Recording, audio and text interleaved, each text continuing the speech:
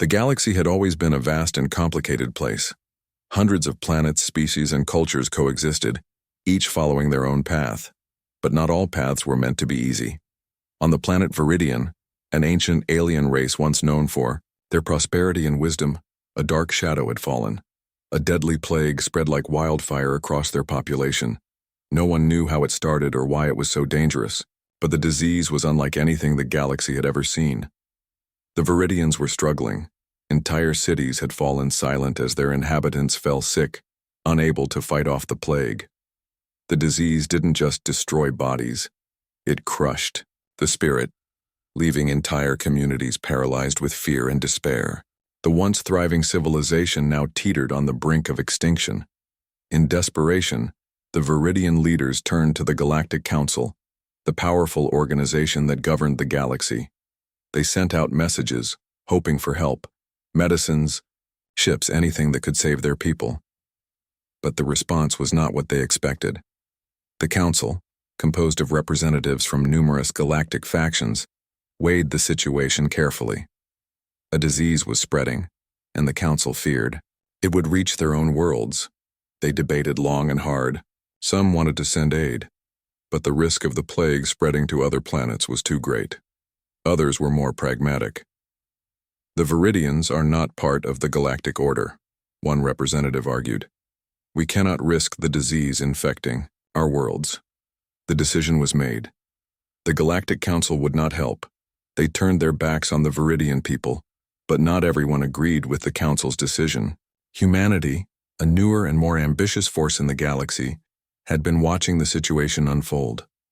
The human race had only recently established itself as a player in galactic affairs.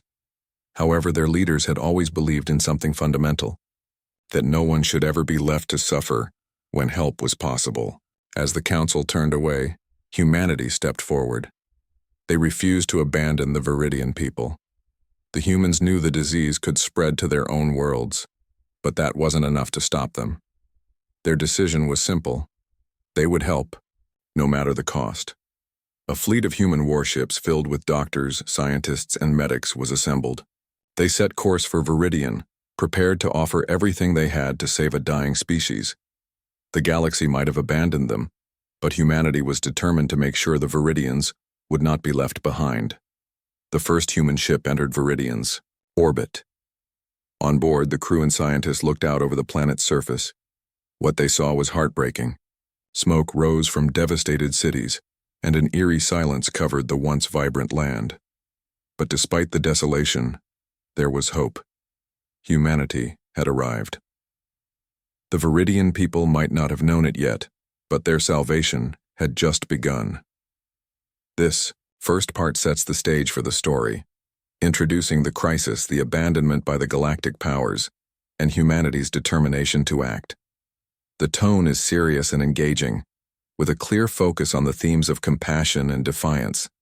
The human fleet hovered above the planet Viridian, a symbol of hope for a species abandoned by the galaxy.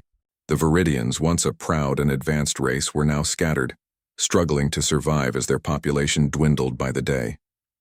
Humanity had made the decision to intervene, and with it, the stakes were higher than ever. Inside the flagship of the human fleet, Commander Lucas Redding stood before a holographic map of Viridian. His hands gripped the edge of the table, his face tense with concern. The ship's bridge was filled with officers, medical personnel, and scientists, all focused on the task ahead. "We need to be cautious," said Dr. Eva Sanchez, a lead scientist from Earth. "This plague is unlike anything we've encountered before. The Viridians have a unique biology, and we're still learning how the disease spreads. If we're not careful, we could make things worse." Commander Redding nodded, listening to the concerns. "I understand, Doctor, but we can't just sit back and watch as another civilization dies. The Galactic Council might have turned their backs on them, but we won't." He paused, looking out the large viewing windows of the bridge. Below them, the planet Viridian was a shell of its former self. Crumbling cities, abandoned fields, and empty streets told the tale of a world in distress. The plague had already taken millions, and time was running out for those still alive. "We're not just bringing medicine," Redding continued, his voice firm. "We're bringing hope. We're showing them that humanity doesn't abandon anyone, no matter the cost." As the fleet prepared to land on Viridian's surface, tensions were high. The Viridians had not yet fully trusted the humans. Their hearts hardened by months of isolation, they had seen the galaxy turn its back on them and wondered what the humans' true intentions were. Were they just trying to gain favor? Or was there something more to their intervention? On the planet's surface, Viridian's leaders had already gathered awaiting the arrival of the human forces. Their leader, Chancellor Hrolak, watched from the balcony of his palace as the first human ships descended from the sky. His heart was heavy with doubt, but a part of him clung to a small hope. The humans had promised to help, and perhaps they truly meant it, but the skepticism ran deep. "They will want something in return," one of his advisors warned. "Nothing is ever truly free in the galaxy." "We will see," Hrolak replied softly. "But for now we have no choice." As the humans landed, their soldiers disembarked in full gear, followed by medical teams carrying supplies. Redding was the first to step forward, his uniform crisp and his eyes determined. The moment he approached the Viridian leaders, the tension between the two sides was palpable. There was no time for pleasantries, both knew the situation was dire. "We come not as conquerors," Commander Redding said, his voice carrying over the silent crowd. "We come to help, to save as many as we can." The Viridians looked on in silence, their eyes filled with both hope and suspicion. The fragile alliance between their species and humanity had begun, but the path ahead was uncertain. Would humanity's intervention be the salvation they desperately needed, or would it lead to something darker? As the human medics began working alongside the Viridian doctors, the first glimmers of recovery began to appear. It was a small victory, but one that reminded both sides of what was at stake. The road ahead would be difficult, but they were no longer alone, and that was all that mattered for now. The human fleet had only been on Viridian for a few days, but the atmosphere already felt different. There was a sense of cautious optimism in the air. For the first time in weeks, the streets of Viridian's capital city showed signs of life. The human medics worked tirelessly, administering the first doses of the cure developed by the human scientists. The Viridian doctors watched closely, learning from the humans as they worked. Commander Lucas Redding stood by the edge of the courtyard, looking out at the bustling activity. Human soldiers were unloading medical supplies and setting up makeshift clinics, while Viridian scientists and doctors collaborated with the humans to understand the cure. Despite the difficulty, there was a growing sense of unity between the two species. Hrolak, the Viridian leader, watched from a distance. He couldn't help but feel conflicted. Part of him was grateful, but another part of him was still unsure. Humanity's arrival had brought hope, but hope always carried the weight of uncertainty. "We've seen no such cure before," Hrolak said, turning to his chief medical advisor, Nira. "Do you think it will work?" Nira studied the humans, observing them as they worked. "I believe in their methods, Chancellor. They have a determination we have not seen before. But this cure is untested. It's risky, but it's our only chance." The Viridian people had lived in isolation for generations. Their civilization was once powerful, but now their world was crumbling. The disease had taken the lives of millions, and most of their best minds were either dead or too sick to help. They had turned to the Galactic Council for help, but the cold refusal had left them with little faith in others. Only the humans, the newest members of the galaxy, had refused to abandon them. As Redding spoke with the Viridian leaders, one of his officers approached. "Commander, we've received a message from the Galactic Council," the officer said. "They want us to cease our operations here." Redding's face hardened. The Council had already rejected the Viridians. Now they were trying to dictate what humanity could do on this world. "Ignore them," Redding said firmly. "We're here to help, not to obey their orders." The officer nodded and left, leaving Redding with his thoughts. The Council's pressure was growing stronger. Some factions within the Council had started to question humanity's intervention. They saw it as a threat to their control. a dangerous move that could change the balance of power in the galaxy. But Redding knew there was no turning back now. Meanwhile, in the makeshift clinic, the first signs of recovery were becoming clear. Viridian citizens who had been on the brink of death were beginning to show signs of improvement. The human doctors worked together with the Viridian medical teams, sharing knowledge and skills. The disease that had ravaged Viridian for so long was finally starting to lose its grip. But there were still many challenges ahead. The cure was just the beginning. Viridian's recovery would take time, and there were many dangers lurking in the shadows. The galaxy's rejection of the Viridians had left them vulnerable, and the Galactic Council, though silent for now, would not remain passive forever. As the day drew to a close, Redding and Hrolak stood side by side, watching the sun set over the horizon. The two leaders shared a quiet moment, their thoughts heavy with the weight of the future. "We may not know what tomorrow will bring," Redding said, breaking the silence. "But for today, we've made a difference." Hrolak nodded, his eyes reflecting both gratitude and determination. "Yes, Commander. For today, we've made a difference." This part deepens the relationship between humanity and the Viridians, showcasing their shared efforts and growing bond. The subtle tensions with the Galactic Council are introduced, setting the stage for future conflicts. The simple, clear style keeps the narrative engaging and accessible. As the human fleet continued its work on Viridian, the situation was becoming more complicated. The cure was working, and more Viridian citizens were beginning to recover. However, the mood on the planet remained tense. The disease's impact had been severe, and many Viridians still struggled with disbelief. Could they truly trust humanity? Or was this all just a temporary solution? At the same time, the news of humanity's intervention had reached the far corners of the galaxy. The Galactic Council, an organization made up of representatives from dozens of advanced species, had been watching carefully. The Council had already decided to abandon the Viridians, deeming their plight too risky. Now humanity's defiance was beginning to spark outrage among some of the Council's most powerful members. On the Council's flagship, located in the center of the galaxy, representatives from several species gathered for an emergency meeting. The holographic images of the members flickered as they argued. "This is unacceptable," declared Zorath, a tall, reptilian species known for its military power. "Humanity is not a dominant force. They should not be interfering in our affairs.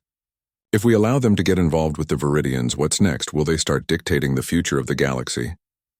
Another representative, a sleek and silver-skinned member from the Tilraxian race, responded, "But they have already helped.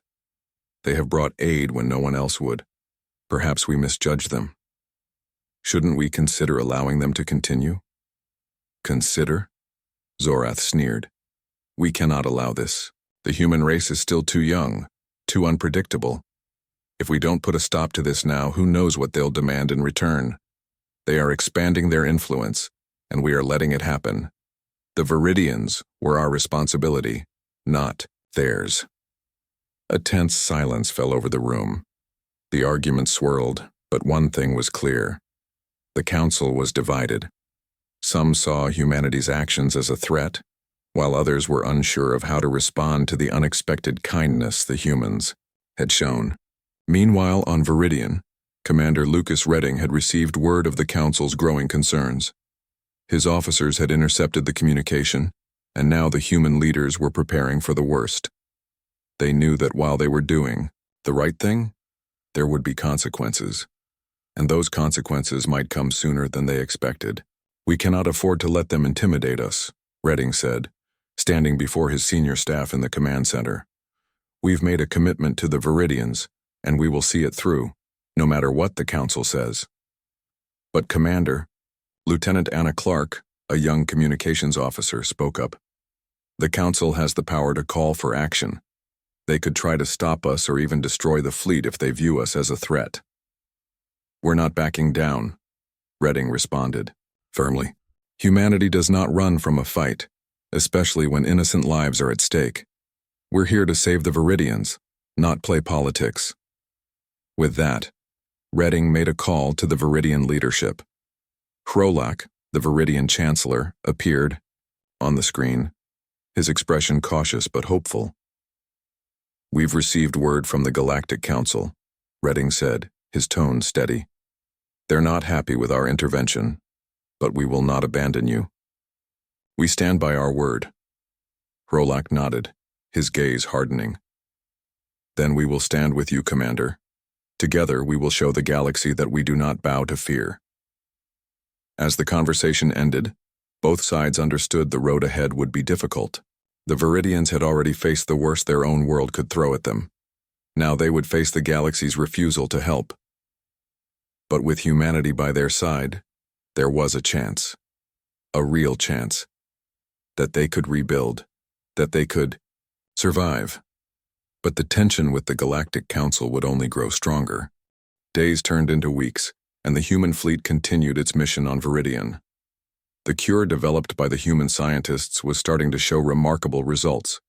More and more Viridian citizens were recovering from the plague. The hospitals, once overwhelmed with sick and dying people, now saw patients getting better, walking out of bed and returning to their families. For the first time in months, the atmosphere on Viridian felt lighter.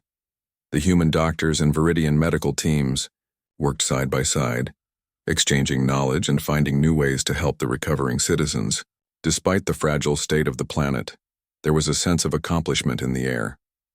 Commander Lucas Redding stood at the edge of a makeshift medical camp, looking out over the city. He saw children playing in the streets for the first time in weeks, their laughter echoing through the air. It was a sight he would never forget. "This is what it's all about," Redding said quietly to Dr. Eva Sanchez, who stood beside him. Sanchez nodded.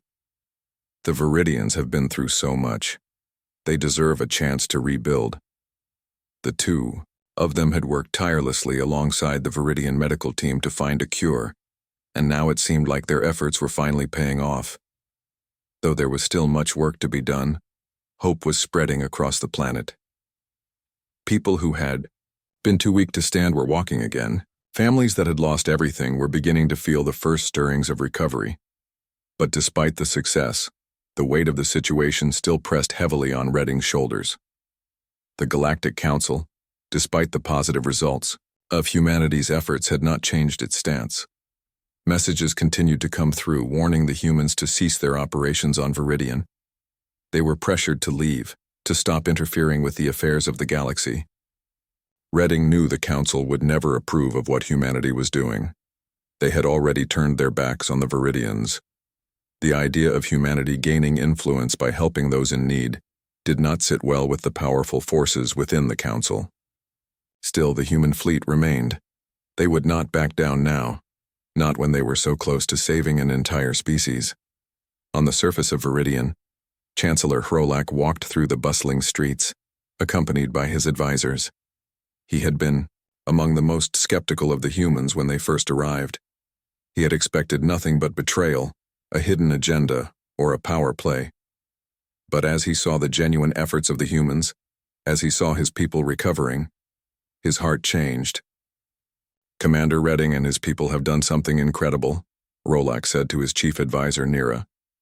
"I never imagined we would have a future, but now, there is a chance, a real chance." Nira nodded, her eyes filled with emotion. "It's hard to believe, but the humans have proven themselves. They didn't come here for power or control. They came because they wanted to help. The Viridian people, once hopeless and on the brink of extinction, were now standing on the edge of a new beginning. The humans had brought them not only a cure but also a lesson in compassion and bravery. The galaxy had abandoned them, but humanity had refused to let them fall." Back on the human ships, Commander Redding stared out at the stars, his mind heavy with the burden of what was to come. The conflict with the Galactic Council was inevitable, but for now he knew they had made the right decision. They had brought hope to a world that had lost everything, and nothing, no threat or warning, could take that away. This part highlights the growing hope and recovery on Viridian, emphasizing the positive results of humanity's efforts. The simple, direct language keeps the story engaging and easy to follow. while the underlying tension with the Galactic Council builds towards the next phase of the story. The days on Viridian grew quieter, but the air was still thick with uncertainty. Humanity had brought a cure to a dying world, and the Viridians were beginning to rebuild. But despite the successes on the surface, tensions behind the scenes were rising. The Galactic Council had not forgotten humanity's defiance, and their dissatisfaction was beginning to show. Commander Lucas Redding stood in the command center of the human flagship, looking at the latest message from the Galactic Council. The words were cold, full of warning. The Council had decided humanity's actions on Viridian were no longer just a humanitarian mission. They were now considered a threat to the galactic order. "We knew this was coming," Redding muttered to himself, shaking his head. He looked over at Dr. Eva Sanchez, who stood nearby studying the message. "They want us to leave," Sanchez said softly. "The message is clear. They believe humanity's actions could encourage other species to challenge the Council's authority." Redding let out a heavy sigh. "Of course, they're afraid of what we represent, a force that acts based on compassion, not power." He paused, turning to face Sanchez. "But we're not backing down. Not now, not after everything we've done here." Sanchez nodded. "The Viridians still need us. There's no turning back." As Redding and Sanchez discussed the future of the mission, the Viridian leaders were facing their own set of challenges. Chancellor Hrolak had been working closely with the human commanders, watching as his people recovered from the plague. But there was no denying the pressure mounting from the rest of the galaxy. The Viridians, though grateful for the humans' help, found themselves torn between two worlds. They had always been part of the Galactic Council, following its laws and customs. Now, with humanity stepping in to help, they feared their place in the galaxy was at risk. Hrolak met with his closest advisors in the capital's council hall, their faces drawn with concern. "The humans have brought us hope, but the Council will not forgive this.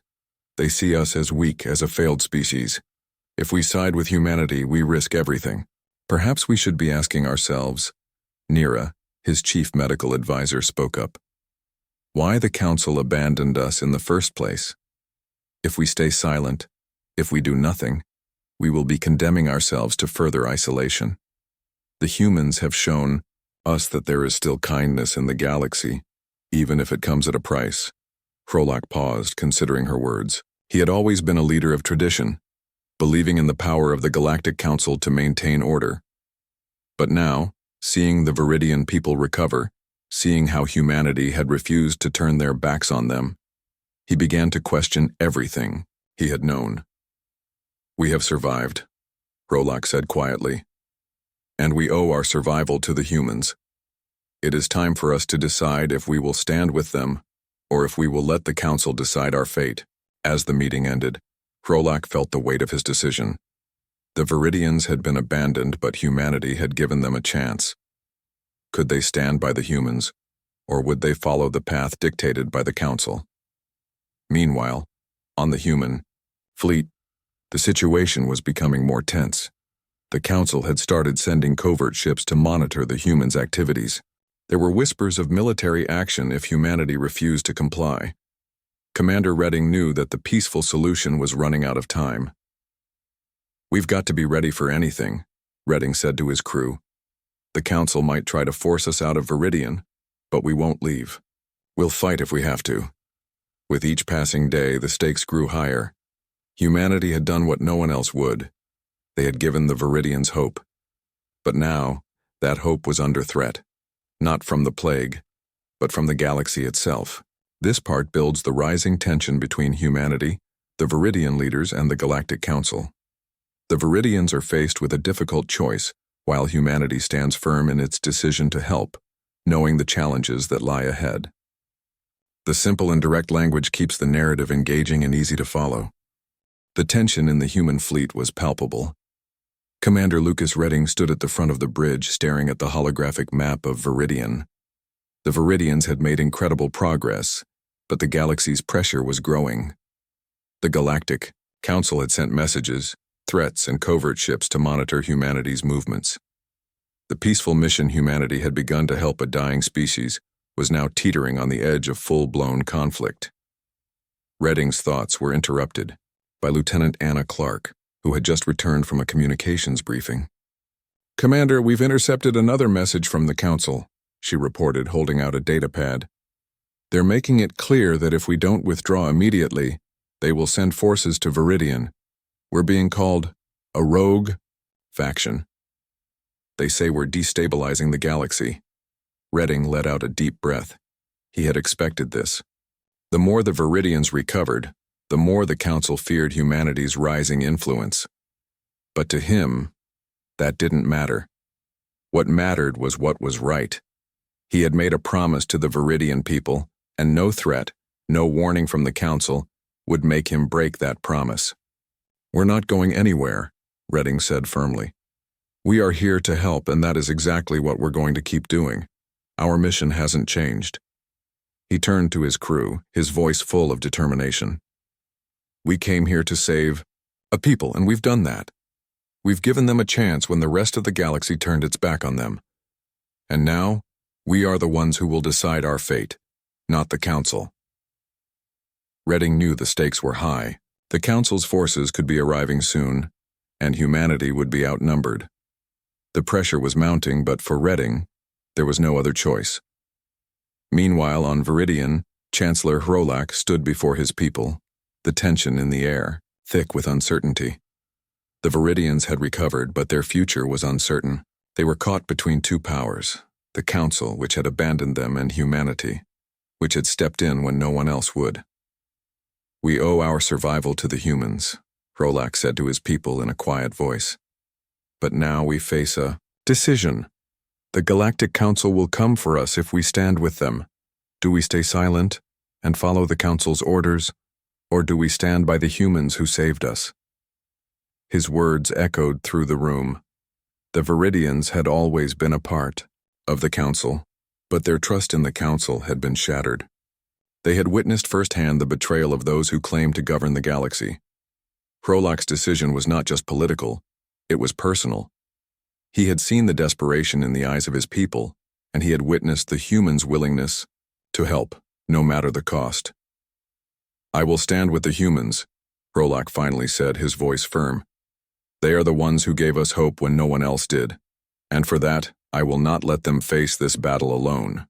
News of Hrolak's decision spread quickly, and the Viridians rallied behind their leader. It was a bold move, but one that gave them the strength to face the coming storm. Back on the human fleet, Redding received word of the Viridians' decision. A small sense of relief washed over him. The Viridians had chosen their path, and it was the one he had hoped for. "We have allies," Redding said with a nod. "Now, we make sure the galaxy knows that we're not backing down." The human fleet prepared for the inevitable confrontation with the Galactic Council. They would fight to protect the Viridians no matter the cost. The Council might have turned away, but humanity refused to abandon them. This part further develops the rising tension between humanity and the Galactic Council, while highlighting the pivotal moment where the Viridians make their decision to stand with humanity. The simple, clear language ensures the story remains engaging and easy to follow. The conflict was inevitable. The Galactic Council had given humanity an ultimatum: leave Viridian or face military action. But Commander Lucas Redding and his crew were resolute. They had made a promise to the Viridian people, and they would not back down no matter the consequences. On the surface of Viridian, the atmosphere was thick with uncertainty. Viridian citizens, now mostly recovered from the plague, looked on with a mixture of hope and fear. They had witnessed humanity's compassion firsthand, and now they were about to witness the strength of their resolve. As Redding sat in the command center of the human flagship, he felt the weight of the decision pressing down on him. He could see it in the faces of his officers, the determination, the worry, the fear. The Viridian people had become more than just the recipients of their aid. They had become their allies, and now humanity was willing to fight to protect them. "We've been given our orders," Redding said, his voice steady as he addressed his crew. "The Council wants us to leave, but we're not going anywhere. This isn't just about Viridian anymore. It's about standing up for what's right, no matter the cost." The crew nodded in agreement.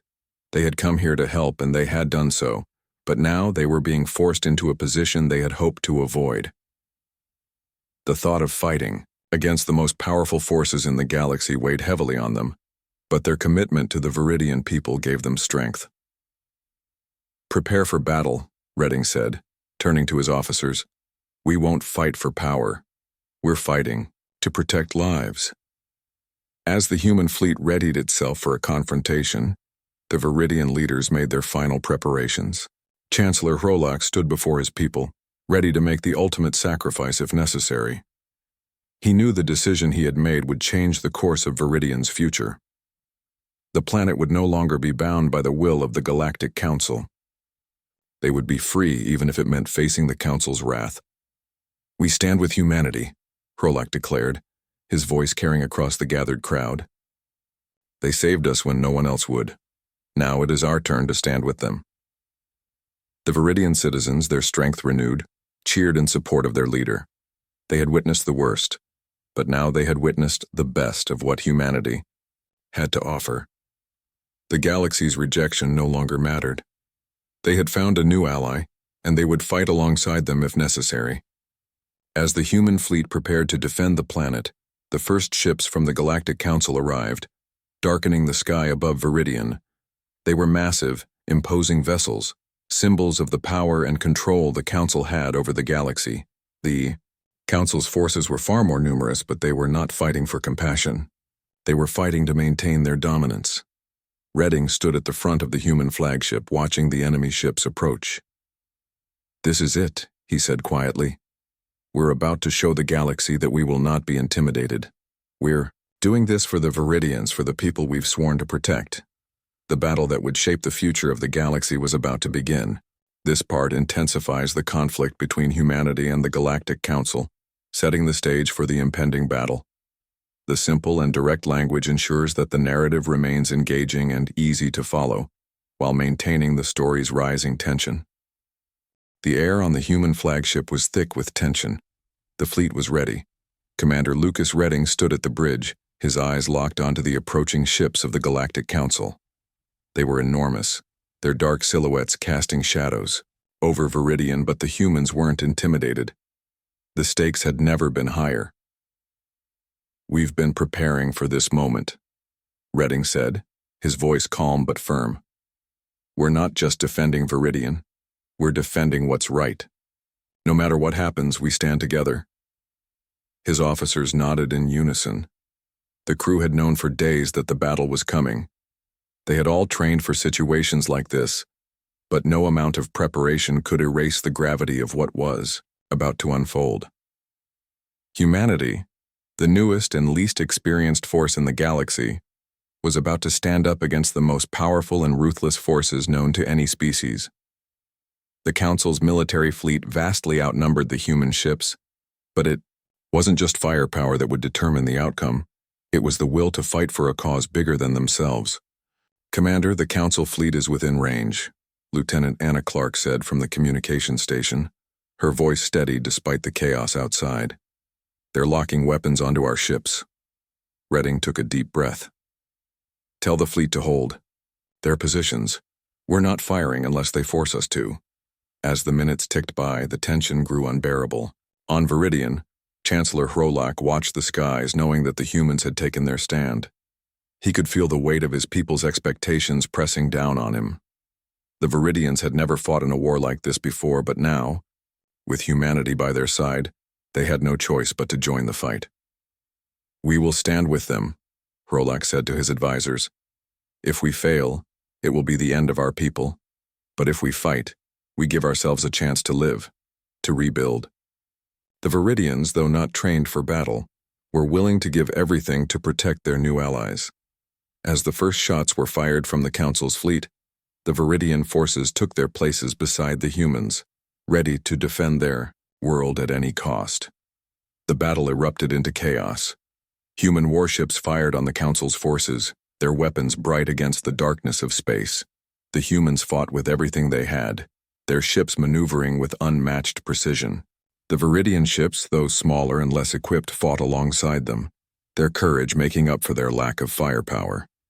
For hours, the battle raged. The humans held their ground, refusing to retreat, even as the Council's ships continued to press forward. The Viridians fought with the desperation of those who had nothing left to lose. They were not just fighting for survival. They were fighting for their freedom, for the chance to determine their own future. But just as it seemed the humans might be overwhelmed, a breakthrough came. The humans had successfully disabled a large portion of the Council's fleet. With their lines broken, the Council's ships began to retreat, unable to maintain their assault. The Viridian and human forces had held their ground. Redding watched as the Council's ships fled. "We did it," he whispered to himself. But even in victory, he knew the war was far from over. The galaxy's power structures would never forget what had happened today. Humanity and the Viridians had proven they were a force to be reckoned with, and the repercussions of this battle would ripple through the galaxy for years to come. As the remaining Council ships disappeared into the stars, Redding turned to his crew. "We've won this fight, but the future is still uncertain. What matters now is that we did the right thing, and will continue to do it no matter the cost." This part delivers the long-awaited battle between humanity, the Viridians, and the Galactic Council. It highlights the bravery of both sides, and sets the stage for future struggles, while keeping the writing simple and engaging. The battle had been fierce, but as the last of the Galactic Council's ships retreated into the vastness of space, a strange quiet settled over Viridian. The human and Viridian forces had emerged victorious. The Council's attempt to crush them had failed, and for the first time in a long while, hope filled the hearts of those who had been abandoned by the galaxy. Commander Lucas Redding stood on the bridge of the flagship, staring out into the endless expanse of stars. The human fleet had taken significant damage during the battle, but it had held strong. So had the Viridians, who, despite their lack of advanced military training, had fought with the heart of survivors. They had proven themselves in the face of overwhelming odds. "We did it," Lieutenant Anna Clark said, her voice filled with disbelief and relief as she watched the Council's fleet disappear into the distance. Redding nodded, his face weary but proud. "Yes, we did. But this victory is just the beginning." He turned toward Dr. Eva Sanchez, who had been monitoring the medical efforts on the planet. "How are the Viridian people holding up?" "They're recovering faster than we expected," Sanchez replied. "The cure we gave them is working, and now they're coming together as a society. There's a lot of work to be done, but they have hope again. It's more than we could have hoped for." Redding smiled faintly. "Hope? That's what we gave them."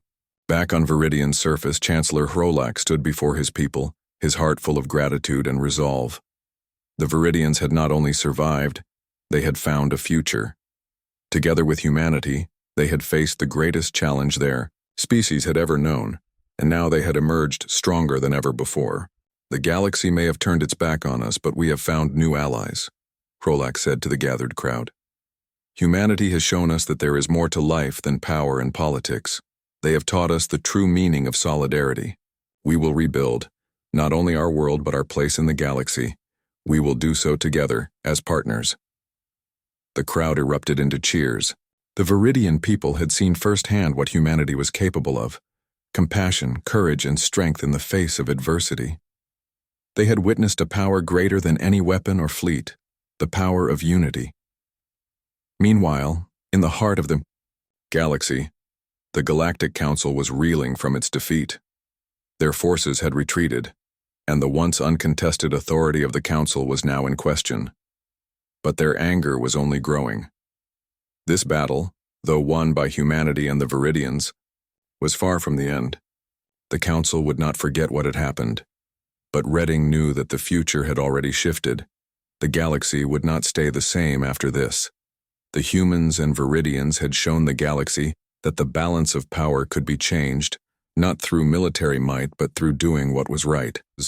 Humanity had proved its worth, and the galaxy would remember it. "We've made a difference, and we've done it together," Redding said, turning back to his crew. "This is only the beginning. The future will be ours."